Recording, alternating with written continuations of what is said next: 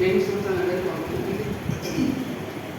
మామూలుగా మనం మనుషులుగా ఒక మనిషి గురించి తెలుసుకోవాలనుకుంటే ఎలా తెలుసుకుంటాము? ఆ మనిషి మాట్లాడే మాటలు బట్టి లోపల ఏంటో మనకు తెలియదు.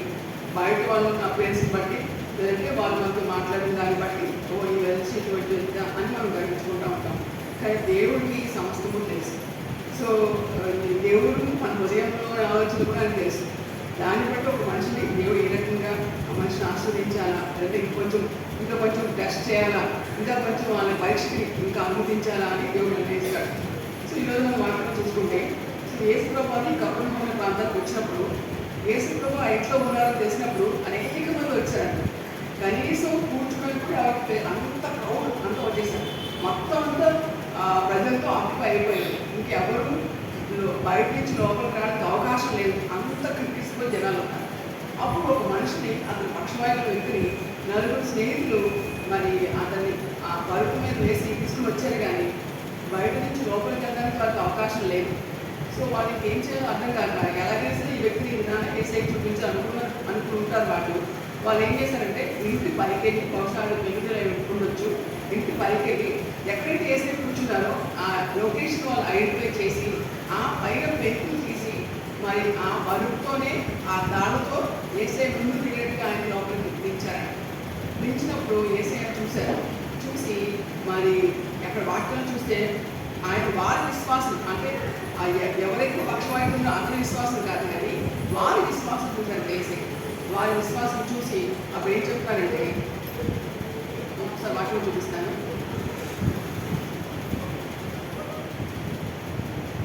5వ వచనం చూడండి. యేసు వారి విశ్వాసం చూచి, కుమారుడా నీ పాపం క్షమించబడి ఉండవని పక్షవాయువు గల వారితో చెప్పారు. యేసు ఎవరు విశ్వాసం చూసారు? ఇక్కడ ఎవరైతే పంపారో నలుగురు స్నేహితులు వారి విశ్వాసం చూసి ఈ పక్షవాయువు వ్యక్తితో ఏమంటే, కుమారుడా నీ పాపాలు క్షమించబడి ఉండవని చెప్పారు. మనం దేవుడి గురించి ప్రార్థన చేసేప్పుడు మన విశ్వాసమే మనకి సపోర్ట్ అని కాదు, కానీ మన గురించి ప్రార్థన చేసే వారి విశ్వాసం కూడా మనకి యాడెడ్ పాయింట్గానే అవుతుంది. కాబట్టి సో మనం మన విశ్వాసం నుంచి కూడా ప్రార్థన చేసుకోవచ్చు. ఇతరులు మన పెద్ద దేవుడి వెళ్ళినప్పుడు వాళ్ళకి విశ్వాసం కూడా మన విషయంలో పని చేస్తారు, మనం అర్థం చేసుకోవచ్చు. అయితే ఇట్లా చేసే ఆ స్నేహితుతో మాట్లాడలేదు, ఎవరితో మాట్లాడలేదు. వారి విశ్వాసం మాత్రం చూశారు. ఈ పాపాలు క్షమించబడిందని చెప్పారు. ఇంకా కూర్చున్న శాస్త్రులు వారు ఏమనుకుంటున్నారంట, యేసు గురించి వాళ్ళు అనుకుంటున్నారు. ఏమని? ఇతను ఇట్లా ఎందుకు చెప్తున్నాడు? దేవదృష్టి చేస్తున్నాడు కదా, దేవుడప్పుడే తప్ప పాపం క్షమింపగలవాడు ఎవరిని తమ హృదయంలో ఆలోచించుకుని చెప్పి ఈ శాస్త్రం ఏం చేస్తారు? ఆ హృదయంలో ఆలోచించుకున్నారు. ఏంటి మీరు ఎట్లా చెప్తున్నాడు? పాపం క్షమించడానికి ఏ అధికారం ఎక్కడి? దేవుడు అప్పుడే కదా పాపం క్షమించగలదు అని వాళ్ళ హృదయంలో వాళ్ళు ఆలోచించుకుంటూ ఉన్నారు. వాళ్ళు ఏమి బయటకు మాట్లాడలేదు, ఒకరితో ఒకరు కూడా మాట్లాడుకోవట్లేదు. ఆ శాస్త్రాంతరం ఇదే ఆలోచన వారికి ఉన్నది. వారు తమను తాము ఇలా ఆలోచించుకుంటే యేసు వెంటనే తన ఆత్మలో తెలుసుకొని, సో ఎప్పుడైతే వాళ్ళు ఆలోచన చేస్తూ ఉన్నారో యేసే కానీ తెలిసిపోయింది తెలిసిపోయింది కదా, ఆత్మలో తెలుసుకొని యేసు వాళ్ళతో మాట్లాడుతున్నారు. మీరు ఇలాంటి సంగతులు మీరు ఎందుకు ఆలోచించుకుంటున్నారు? యేసే వాళ్ళు క్వశ్చన్ చేస్తారు. ఎందుకు ఎట్లా మీరు ఆలోచించుకుంటున్నారు? ఇలాగ ఆలోచిస్తున్నారు ఎందుకు మీరు క్వశ్చన్ చేసి పక్షవాయు గలవారితో నీ పాపం క్షమించబడి చెప్పని చెప్పి సులభమా? వేసే వాళ్ళు క్వశ్చన్ చేస్తారు. నీ పాపాలు క్షమించమని చెప్పడం సులభమా? నీ పరిపత్తి నిండమని చెప్పడం సులభమా అని చెప్పి మీరు అనుకుంటున్నారు కదా, పాపాలు క్షమించడానికి మనుషు కుమారునికి అధికారం కలదే అని మీరు తెలుసుకోనండి. వాళ్ళు వేసిన దేవుడు గమనించట్లేదు, వేసిన దేవుడు గుర్తించట్లేదు. వేసిన ఎంతసేపు వాళ్ళు విమర్శ చేయడానికి చూస్తారు. వాళ్ళ ధర్మశాస్త్రంలో వాళ్ళు నిష్ణాతులు, ధర్మశాస్త్రం వాళ్ళకి బాగా తెలుసు. అటువంటి వారే వేసేది దేవుడిగా అంగీకరించలేకపోతున్నారు. ఈ రోజుల్లో చాలా మంది విశ్వాసులు మేము పుట్టు క్రైస్తవులు అండి, తల నుంచి క్రైస్తవులు అనుకుంటూ ఉన్నవాళ్ళు నిజంగా యేసయ్య భక్తి గల విషయంలో ఎంతో వాళ్ళు నిర్లక్ష్యంగా ఉంటూ ఉన్నారు. మాకు తెలిసిందే కదా ఈ బైబిల్ అంతా, మాకు తెలిసిందే కదా ఈ భక్తి అంతా అనుకుంటూ వాళ్ళే దేవుని దూరం వెళ్ళిపోతూ ఉన్నారు. ఈ శాస్త్రులే గ్రహించలేకుండా ఉన్నారని ఇంకా యేసయ్యతో వాళ్ళతో ఏమంటారంటే, అప్పుడు మీరు ఎందుకు ఆలోచిస్తున్నారని చెప్పి ఆ పక్షవాయులతో ఆమె వాటితో యేసయ్య అంటున్నారు. నీవు లేచి నీవు పరిగెత్తుకుని ఇంటికి పొమ్మని నీతో చెప్పుచున్నాను. వేసే ఆ పక్షవాయు గల వ్యక్తికి అంటున్నాను, నువ్వు లేచి నీ పరిగెత్తుకుని నీ ఇంటికి పొమ్మని అని ఒక్క మాట వేసే అర్థం చెప్పాడు. తక్షణమే వాడు లేచి, అంటే ఇన్స్టంటేనియస్ హీలింగ్. ఇక అక్కడ ఏమి కొన్ని సెకండ్లో లేచలేదు. వేసి అలా చెప్పారు. చెప్పగానే తక్షణమే వాడు లేచి బలిపెట్టుకుని వారందరూ ఎదుట నడిచిపోయిన కనుక వారందరూ విభ్రాంతి ఉంది. ఇమీడియట్గా అతను పట్టు తీసుకున్నాడు, మరి లేచి నడుచుకుని వెళ్ళిపోయాడు. అందరూ చూసేవాళ్ళు ఇదేంటి మరి పూర్వకు పక్షవాయుగా లేదు కదా, పూర్వకు ఎంత వైకల్స్తో ఉన్నాడు కదా, ఎలా లేచిపోయి చెప్పి అంత విభ్రాంతి ఉంది. మనం ఈనాటి కాదు నన్ను చూడలేదని చెప్పుకుంటూ దేవుడికి మహిమపరిచి శాస్త్రం మహిమపరిచినటువంటి వాక్యం ఉందండి లేదు. ఆ మిగతా వాళ్ళు కూడా దేవుడు ఎంతగానో మహిమపరిచారు. వేసే దేవుడిగా వాళ్ళు గుర్తించి దేవుడిని మహిమ పరిచారు. అసలు దేవుడి చిత్రం ఏంటి, అసలు దేవుడు ఏమి చేయాలి, వాట్ ఈస్ గాడ్స్ డిజైర్ అనడానికి మీకు వాక్యం చూపిస్తాము. 1 తిమోతి 2వ అధ్యాయం 4వ వచనం చూడండి ఒకసారి. ఆయన మనుషులకు రక్షణ పొంది సత్యం గురించి అనుభవజ్ఞానం కలవారు ఇవ్వాలని హెచ్చరించుతున్నారు. దేవుడికి ఏంటి ఇష్టపడ్డ దేవుడి డిజైర్ ఏంటంటే మనుషులందరూ రక్షణ పొంది సత్యం గురించి అనుభవ జ్ఞానం కలవారు ఇవ్వాలని హెచ్చరించుతున్నాడు. దేవుడికి కోరుకుంటుంది ఇది, దేవుడికి కావాల్సింది ఏంటి, మనుషులందరూ రక్షణ పొందాలని సత్యం గురించి అనుభవ జ్ఞానం. ఎవరంటే సత్యము, నేనే మార్గము సత్యము జీవం అని ఎవరు చెప్పారండి, ఏసే చెప్పారు కదా. ఈ ఆయన గురించి అనుభవ జ్ఞానం పొందాలని ఆయన ఇచ్చేయించుకుంటుంటే ఈ శాస్త్ర పరిశీలన ఏమనుకుంటారు, ఏసే నిజంగా దేవుడు కాదని చెప్పి అనుకుంటూ ఉంటారు. కాబట్టి మనం ఒకసారి ఏసీ తెలుసుకున్న తర్వాత మన జీవిత పర్యంతం కూడా జీవిత చివరి వరకు కూడా ఆయన పట్ల మనం నమ్మకంగా ఉంటే మనకు క్షేమం. కానీ కొంతసేపు ఈ దేవుడు ఒక్కోసేపు ఆ దేవుడు అంటే వాటిని మనం క్షేమకరంగా మనం గ్రహించుకోవాలి. 5వ చూడండి, దేవుడు ఒక్కడే, దేవుడికి నలుగురు మంచమకి ఒక్కడే, ఆయన యేసుక్రీస్తు నరుడు. క్లియర్గా చెప్తున్నారు వాక్యం, దేవుడు ఒక్కడే, దేవుడికి నరుడు కూడా మధ్యవర్తి ఒక్కడే. ఆయన ఎవరంట, యేసుక్రీస్తును, యేసుక్రీస్తు చేసిన నరుడు. కాబట్టి క్లియర్గా వాక్యంలో చెప్తుంది. చాలా మంది దేవుడికి అనుకుంటుంటారు కానీ యేసుప్రభు వారు ఒక్క మాత్రమే నేనే దేవుడిని, నేనే మార్గం, నేనే సత్యాన్ని, నేనే జీవాన్ని చెప్పినట్టు కూడా వాక్యం తెలుస్తున్నాము. కాబట్టి మనం కట్టుబడి చేసే మనం కట్టుబడి ఉంచుకుని మనకి ఎంతో క్షేమం. ఇంకా చూడండి 6వ వచనంలో, ఈయన అందరి కొరకు విమోచన అయినగా తన్ను తానే సమర్పించుకున్నాడు. మనందరి కొరకు విమోచన అయినగా అంటే మనందరికి కావాల్సిన ప్రైస్ ఆయన పెట్టారు, తన ప్రాణం ఇచ్చి తను తానే తన కొరకు సమర్పించుకున్నాడు. కాబట్టి చాలా మంది ప్రజలు దుఃఖం వస్తే, వ్యాధి వస్తే, బాధ వస్తే ఇంకేదో అనుకుంటారు కానీ వాళ్ళు ఏదో ఎక్స్పెక్ట్ చేస్తారు. కానీ ఎంత మంచి వ్యక్తిని రక్షించాడు కదా, ఆ దేవుడు క్షమించాడు కదా, ఆయన బిడ్డను ముద్రించాడు కదా, ఈ లోపల నేను అర్థమైతే పరలోకాన్ని తీసుకెళ్తారు కదా అనుకున్న దాన్ని పక్కన తిరిగిపోయి ఇంకా నాకు శ్రమ, ఇంకా నాకు శ్రమ, ఇంకా అలాగా దిగజారిపోతున్నారు. కానీ దయచేసి సంగమా మీరు ధైర్యం తెచ్చుకోండి. ఈ కేసు క్రీస్తు మాత్రం నిజమైన దేవుడు, ఆయనే సత్యమైన మార్గము. ఆయన ఉన్నవారు మనకు తప్పక మనకు సహాయం చేస్తారు. కష్టాలు వస్తే కానీ ఆ కష్టాలు కలకాలం మీతో పాటు ఉండిపోండి. ఆ కష్టాలను పక్కకి తీసి మన పిల్లలు సంతోషించాడు ఆయనే. కాబట్టి దేవుడు నమ్మకంగా మనం ఉండాలి. ఆయన నమ్మకం, ఆయన ఉంటే మన విశ్వాసం ఏమాత్రం తొలగిపోవడం, మన జాగ్రత్త పడడం ఎంతో మంచిది. అందరికీ కొరకు విమోచన కైదనంగా తను తానే సమర్పించుకున్నాడు. కాబట్టి దీని గురించి సాక్ష్యము యుక్త కాలం ఇవ్వబడింది. కాబట్టి మనం మన దేవుడు మనం చేసిన మేలు మన సాక్ష్యం ఇవ్వాలి, ఆయన నమ్మకంగా మనం ఉండాలి. ఆయన నుంచి పక్కన తప్పే ఏది కూడా మన జీవితం లేకుండా మనం చూసుకోవాలి. కాబట్టి మనం జ్ఞానం కలిగి ఉండాలి. ఎందుకంటే ఏసు తెలుసుకున్న తర్వాత అది నమ్మకం చాలా చాలా మంచిది, చాలా చాలా శ్రేష్టం. కాబట్టి పక్కన తిప్పేవి అనేక పరిణామాలు ఉండొచ్చు, ఏదైనా ఉండొచ్చు. ఎటువంటి కష్టం వచ్చినప్పటికీ కూడా ఏసే మాత్రం వదిలిపెట్టకూడదు నిశ్చయం చేస్తే మనం ముందుకు వెళ్ళాలి. ఎంతమందికి క్షేమం. అసలు ఉపదేశ సారం అసలు ఏంటి, అసలు బైబిల్ అంతటి కూడా ఒక వచనం మనం చెప్పుకోవాలి, ఈ వచనం మనం చూసుకోవచ్చు. సో 1వ తిమోతి 1వ అధ్యాయం 5వ వచనం అండి. పవిత్ర ఉపదేశానుసారమైనగా పవిత్ర హృదయం నుండి, మంచి మనస్సాక్షి నుండి, నిష్కపటమైన విశ్వాసం నుండి కలుగు ప్రేమయే. సో ఒకటి పవిత్ర హృదయం చాలా పవిత్రంగా ఉండాలి. సో మన హృదయం ఎటువంటి ఆలోచనలు ఉండాలి, ఎటువంటి తలంపులు ఉండాలి, మరి ఎటువంటి రీతిలో మనం ఉండాలి. కాబట్టి మనం గమనించుకోవాలి మన హృదయం ఎలా ఉంది. పవిత్ర హృదయం ఉండాలంటే ఇంకా మంచి మనస్సాక్షి ఉండాలంట.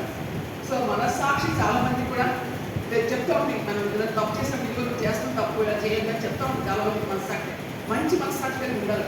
నిష్కపటమైన విశ్వాసం నుండి, విశ్వాసంలో కపటం ఉంటుందా, విశ్వాసం కపటం ఉంటుందా? సో వాక్యం కూడా చూసి ఉంటుందనే మనం అర్థం చేసుకోండి. కాబట్టి కపటం లేని విశ్వాసం మనం కలిగి ఉండాలి. నిష్కపట విశ్వాసం నుండి కలుగు ప్రేమే. ఈ ప్రేమ కలుగున్నప్పుడు వాళ్ళు ఎదుటివాళ్ళు ఎటువంటి స్థితిలో ఉన్నప్పుడు కూడా, ఎటువంటి మనసులో ఉన్నప్పుడు కూడా ఎదుటివాళ్ళు మేలు చేస్తారని హాని చేయడానికి మాత్రం ఇష్టపడరు.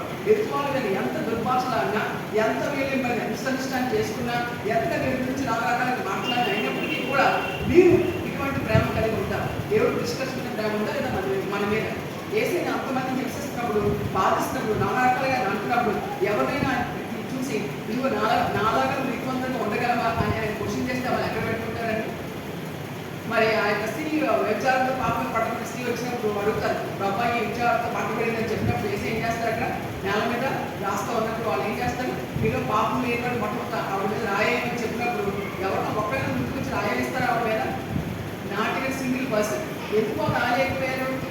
ప్రతి వర్షం కూడా పాపం ఉంది కాబట్టి మనం ఈ ఉపదేశానుసారం మనం గ్రహించడానికి మనం గమనించుకోవాలి. ఇది మనం అటువంటి ప్రేమ, నిష్కరమైన విశ్వాసం, అటువంటి ప్రేమ మనం కలిగి ఉండడానికి మనకి దేవుడు సహాయం చేస్తాడు. అటువంటి ప్రేమతో మనం నింపుతాడు. కాబట్టి ఇటువంటి ప్రేమ మనం కలిగి ఉంటే మనకు ఎంతో క్షేమం. ఇది ఉపదేశం, బైబిల్ ఉపదేశాలు బట్టి ఈ వచనం మనం చూపించవచ్చు.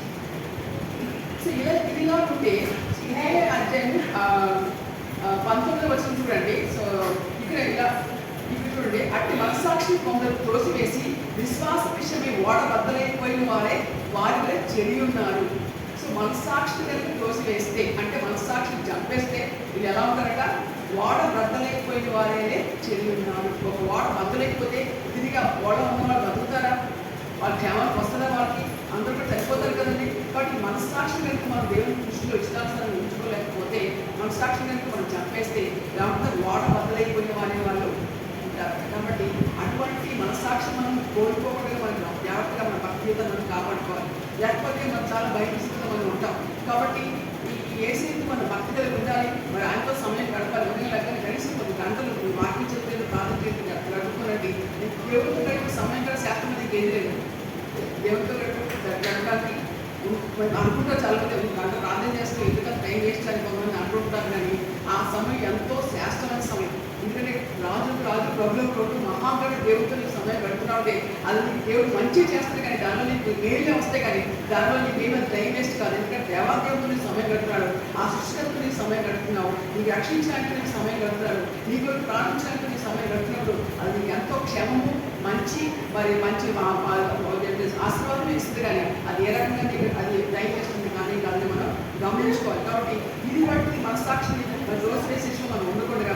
ఎప్పుడు ఏదైనా విషయంలో మీకు అందిస్తే కనుక ప్రభా ఈ విషయం మీకు అందిస్తున్నావు కదా, నేను లోపడి ఉంటాను ప్రభా, విషయాన్ని కరెక్ట్ చేసుకుంటాను ప్రభా, విషయాన్ని సరి చేసుకుంటాను ప్రభా అని దేవుడి దగ్గర దయచేసి ఒప్పుకోండి. ఆ రకంగా నీటి కలిగి మరి నేను పశువుల కలిగి ముందు కట్టడానికి దేవుడు తప్పక మీకు సహాయం చేస్తాడు. ఇంకా చూసుకుంటే 1 Peter 3వ అధ్యాయం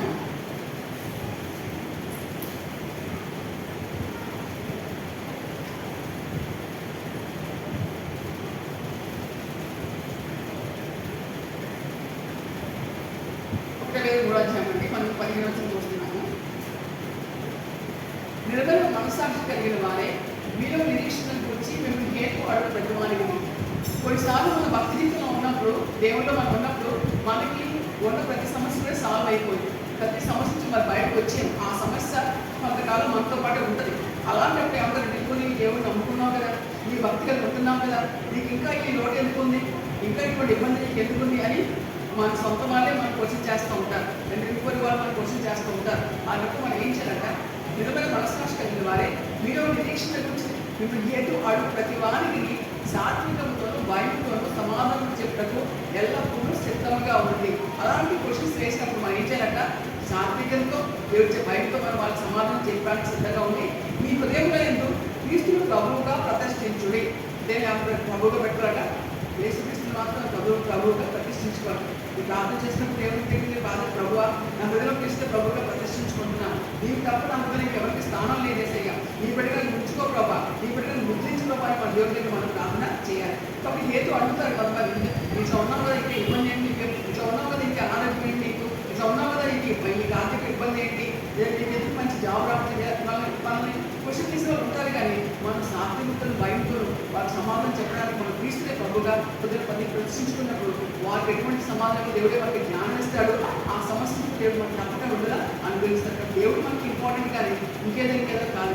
ఆయన మనం పరిపూర్ణంగా నమ్మినప్పుడు వాళ్ళని అవమానపరిచే రీతిగా అంటే వాళ్ళు ఇబ్బంది పడే రీతిగా దేవుడు వాళ్ళని ఇచ్చి పెట్టని మనం గమనించుకోవాలి.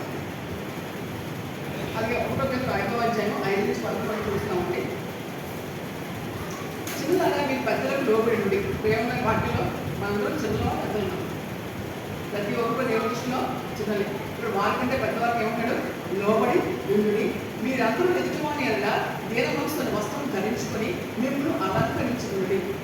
సో మీకు ఒక సంగతి గుర్తుందా, యేసు ప్రభు అక్కడ విందు చేసినప్పుడు అందరికీ విందుకు పిలవబడిన వాళ్ళందరూ రారు. అప్పుడు ఏం చేస్తారంటే అక్కడ ఇందు యజమానికి మీరు బయటకు వెళ్ళి సంత విందులు అక్కడ ఉన్న వాళ్ళు పిలవండి అందరూ ఇంటికి వస్తారు. వచ్చినప్పుడు అందులో ఆ ఇంటి యజమాని వచ్చినప్పుడు ఒకరు అక్కడ వెంటి వస్తువు లేక ఉండడం చూసి స్నేహితులు వెంటి వస్తువు లేక ఎందుకున్నావు అని చెప్పి అతను తీసుకుని వెళ్ళి మరి బయట పంపించి అక్కడ ఆటో ఇచ్చి మనం చూస్తాం బైబిల్లో. ఆ వస్తువు ఏంటంటే దీన మనసు అనే వస్తువు, రక్షణ అనే వస్తువు అని మనం అనుకోవచ్చు. కాబట్టి ఏమంటే మనం ఎదుటివానిలా దీన మనసుని వస్తువు ధరించుకొని మిమ్మల్ని అలంకరించుకొని. ఇంకేమంటాడు, దేవుడు అహంకారం ఎదిరించి దీనులకు కృప అనుగ్రహించును. ఫస్ట్ సీన్ ఏంటంటే సాతాను దేవుని దగ్గర ఉన్నప్పుడు అది మొట్టమొదటి దేవుడు వచ్చే ఆలోచన ఏంటండి, రైట్ అహంకారం. దేవుడి కంటే గొప్పగా ఉంటే ఒక చిన్న ఆలోచన వచ్చింది, దాంతో ఆ పలోకం చేయాలని తోసివేసి కాబట్టి మనుషులు కూడా అహంకారం చాలా ఈజీగా వచ్చేస్తారు, చాలా ఈజీగా వచ్చేస్తారు. బట్ మనం ఏం చేయాలంట, మనం దేని కోసం వస్తువు ధరించుకోవాలి. దేవుడు చేస్తే అహంకారం ఎదిరించి దీవులకు కృప అనుగ్రహించాడు. దేవుడు ఎక్కడ కూడా అహంకారం సహాయం చేయడు, అక్కడ కూడా గర్వించడానికి సహాయం చేయడు. అక్కడ కూడా గర్వించి దేవుడు ప్రేమించి వాళ్ళు ఎదిరిస్తారంటే వాటిలో ఉంది. కాబట్టి ఎవరు ఇస్తారు దేవుడు కృప, దీవులకు కృప అనుగ్రహించాడు. ఆ దీనత్వం మనం కలిగి ఉండాలి. దేని వస్తాం మనం కలిగి ఉంటే మనకి ఎంతో క్షేమం.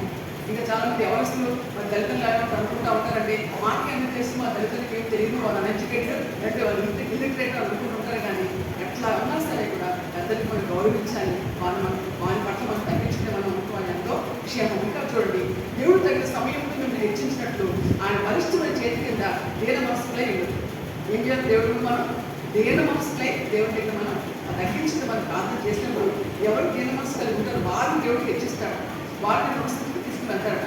నిన్న పేరెంట్స్ మా స్కూల్కి వచ్చారు, ఆ అబ్బాయి క్లాస్ 9వ క్లాస్ చదువుతున్నాడు. సో చిన్న విషయం అయితే క్లాస్లో గొడవ చేస్తుంటే నేను వెళ్ళి అందరితో లెటర్ తీసుకున్నాను, ఎవరైనా మిస్టేక్ చేసి లెటర్ కాబట్టి అందరూ ఇచ్చారు. సో ఈ అబ్బాయి పేరెంట్స్ వచ్చారు, నేను వాళ్ళ డిస్టెన్స్ అని నాకు తెలియదు.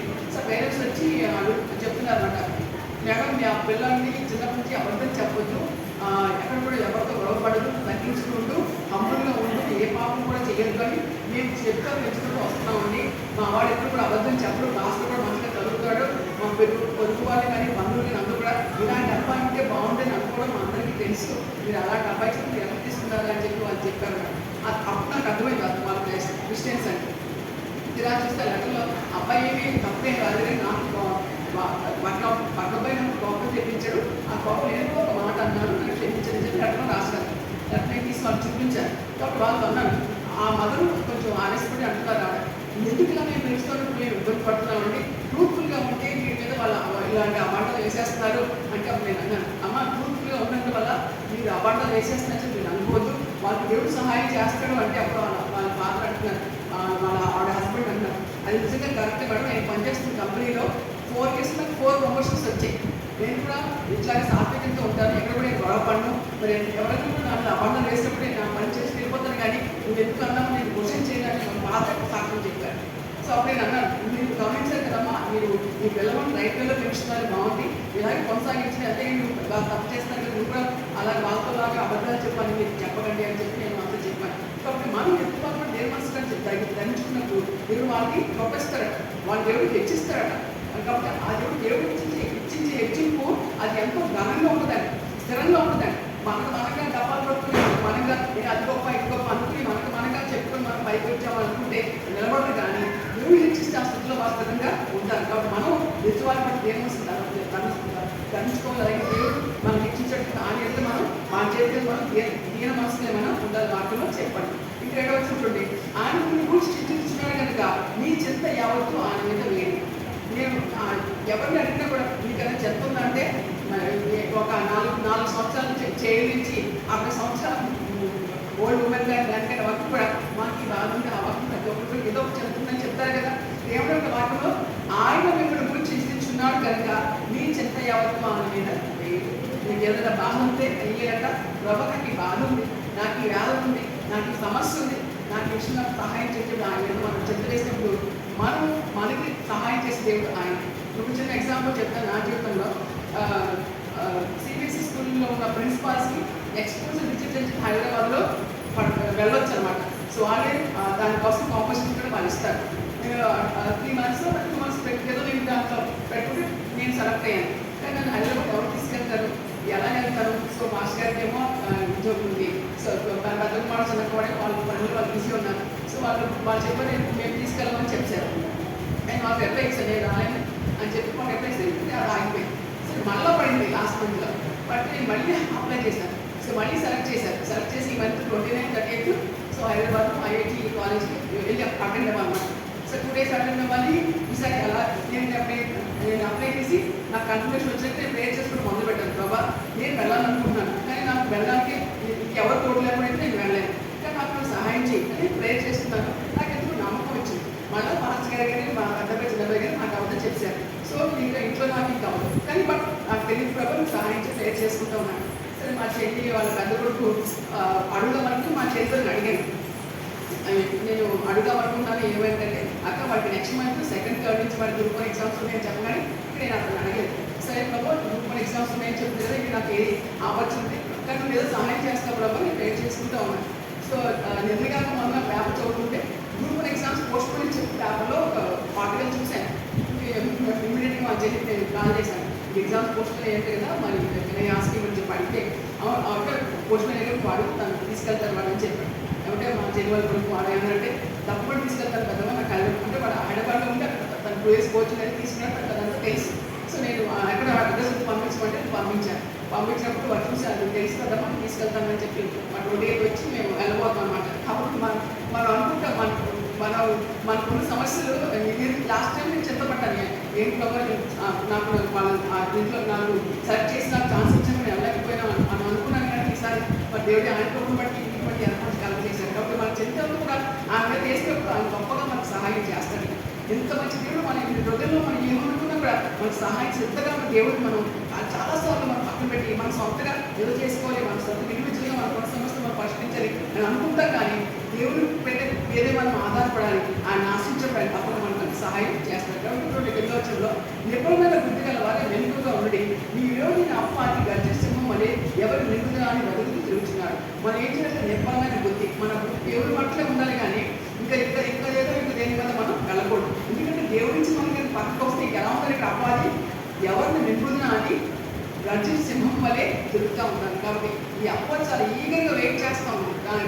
దానికి ఉన్న సమయం కొద్దిగా తెలిసి ఏ మనిషిని ఎలా పడేద్దామా, ఏ మనిషిని ఎలాగ దేవుడి నుంచి దూరం చేద్దామా, ఏ మనిషిని ఎలాగ దేవుడి నుంచి పక్కన తప్పిద్దామా అని ఎదురు చూస్తూ ఉంది. కాబట్టి మానవుడు నిబ్బరమైన బుద్ధి కలిగి దేవుడి పట్ల నమ్మకంగా యథార్థంగా మనం జీవించడం మనకి క్షేమం. కాబట్టి దేవుడి నుంచి పక్కన తిప్పటి ఎప్పుడు మనం లేకుండా ఎప్పటికప్పుడు మనం ప్రార్థన చేస్తూ మనం జాగ్రత్తపరచుకోవడం మనకి ఎంతో మంచిది. కాబట్టి అంతేకాకుండా మనం మన బిడ్డల గురించి ప్రార్థన చేయాలి, మన సంఘం గురించి ప్రార్థన చేయాలి, మన ఇరుకుల గురించి ప్రార్థన చేయాలి. నిన్న పార్టీ ఉంటే ఆయన చెప్తున్నారు పాస్టర్ ఏమంటారంటే ఎంతమంది ప్రార్థన మొదలుపెట్టినప్పుడు ప్రభా నాకు అది కావాలి, ఇది కావాలి, నా కుటుంబాన్ని నా భర్త నా బిడ్డని కాపాడు మనం ఆశ్రయించాలని చేస్తారు. కానీ ఎంతమందికి ఇరుకుల రక్షణ రావాలని, మీ యొక్క బంధువులు ఇంకా రక్షణ రావాలని ప్రార్థన చేస్తారు. ఆ ప్రార్థన దేవుడికి ఇష్టమని చెప్తూ ఒక ఎగ్జాంపుల్ ఆయన కోచ్ ఏంటంటే యోగు అనేది అంత బాధపడుతూ ఉన్నప్పుడు తన స్నేహితులు ప్రార్థన చేసినప్పుడు దేవుడు ఆ ప్రార్థన విని యోగుకి ఏంటంటే 200 ఆశ్రయించారండి, 200 ఆశీర్వాదించారు కదా. ఆ ఎగ్జాంపుల్ ఆయన కోచ్ చేసి నిజంగా మన గురించి మనం ప్రార్థన చేసుకోవడం కాదు, కానీ ఇతరుల గురించి కూడా మనం ప్రార్థన చేసిన బాధ్యత మన మీద ఉన్నది మనం జ్ఞాపకం పెట్టుకోవాలి. ఇంకా మనం చూసుకుంటే అసలు వాక్యం ఏం చేస్తుంది, ఎలా మనం శాస్త్రిస్తాను అనుకుంటే మరి ఎవ్రీ 4వ అధ్యాయం చక్కగా ఈ వాక్యం కడతా వచ్చేసింది. ఎవ్రీ 4వ అధ్యాయం 12వ వచ్చింది.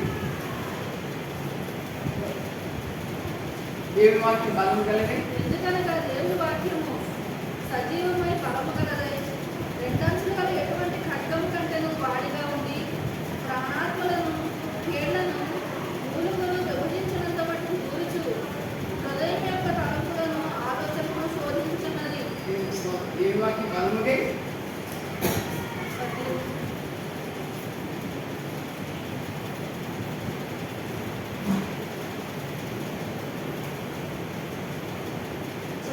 అనారోగ్యంగా ఉన్నప్పుడు కానీ నాకు ఇబ్బంది ఉన్నప్పుడు కానీ రెలవెంట్ వాక్యం తీసుకొని ప్రభా ఈ వాక్యం ఇలా రాయబడి ఉంది కదా, నాకు సహాయం చేయండి.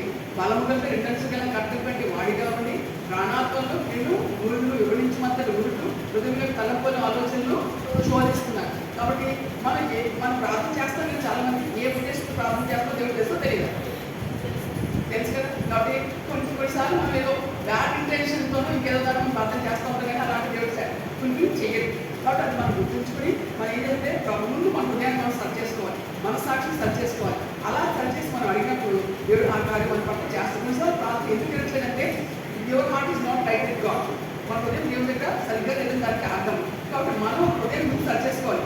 దేవుని వాక్యం సజీవమై, వాక్యం సజీవం, ఎప్పటికో దేవుడు జీవించిన దేవుడే కాదు. కాబట్టి వాక్యం మనం పలికినప్పుడు ఆ సజీవ వాక్యం మనం క్రియ జరిగిస్తుంది. మరి అలా పెట్టుకున్నప్పుడు నువ్వు స్వస్థపరిచే యెహోవా నేను వాగ్దానం గుర్తుపెట్టుకుని బాబా నేను స్వస్థపరిచే యెహోవా నీవే వాగ్దానం ఇచ్చావు కదా, నాకు అనారోగ్యంలో స్వస్థించినందుకే నీకు వందనాలు. ఇంకా నన్ను స్వస్థపరుచుకొని వాగ్దానం ఇచ్చావు.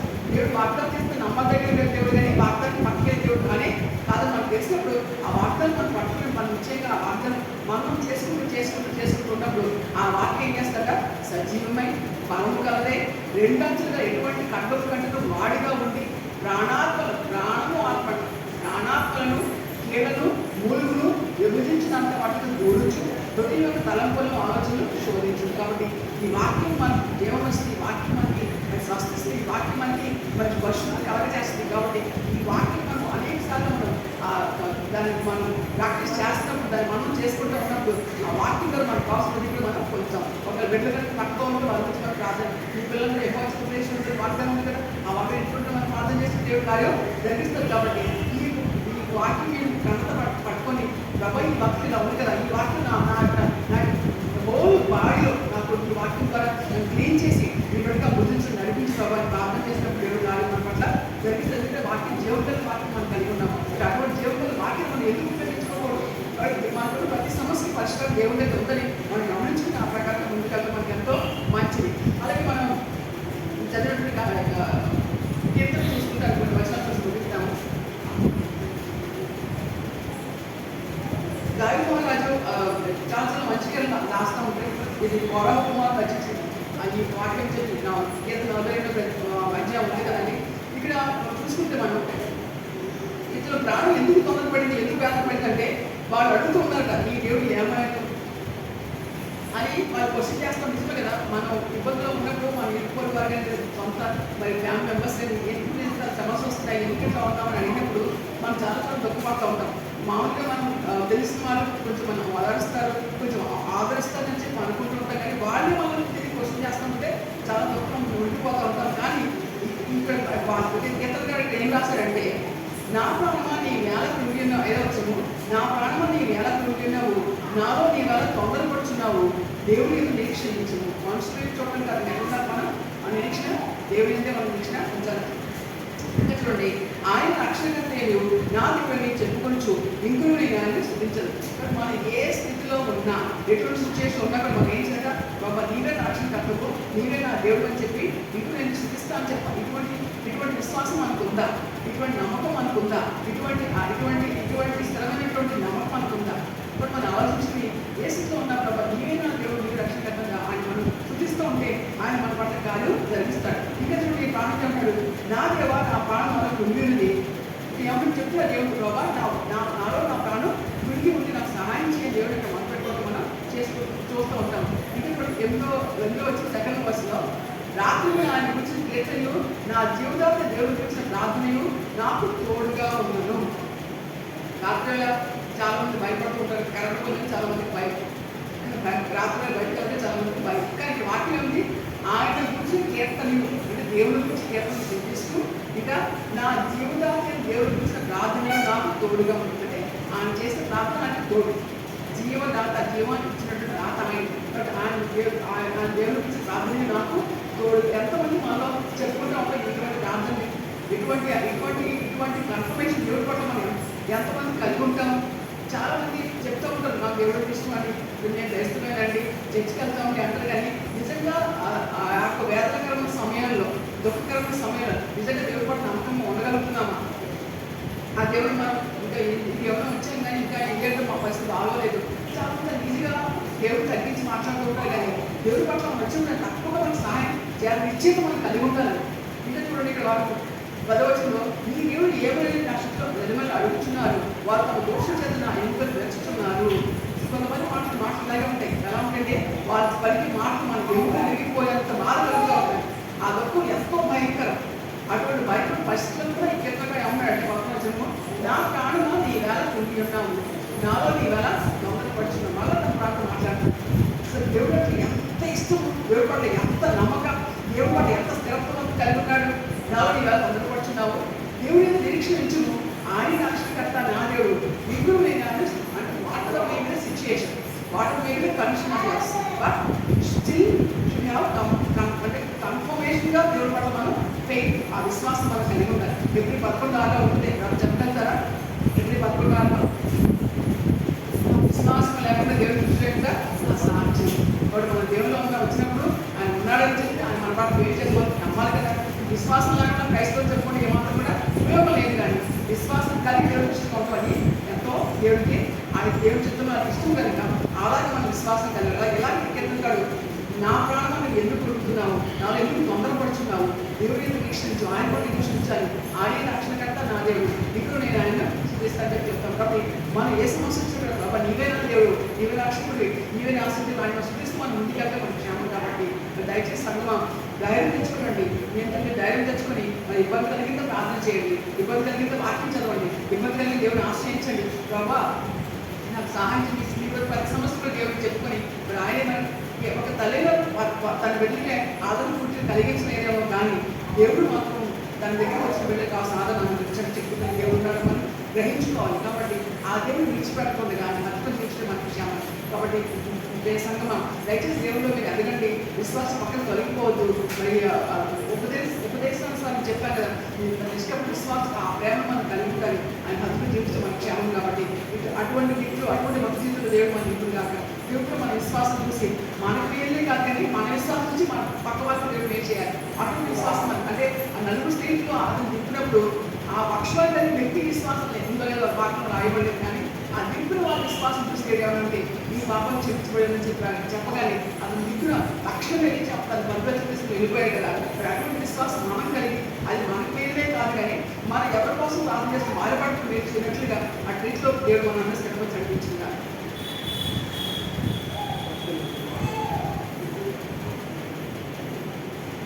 యువజనుల సమయంలో పాల్పడుతుంది.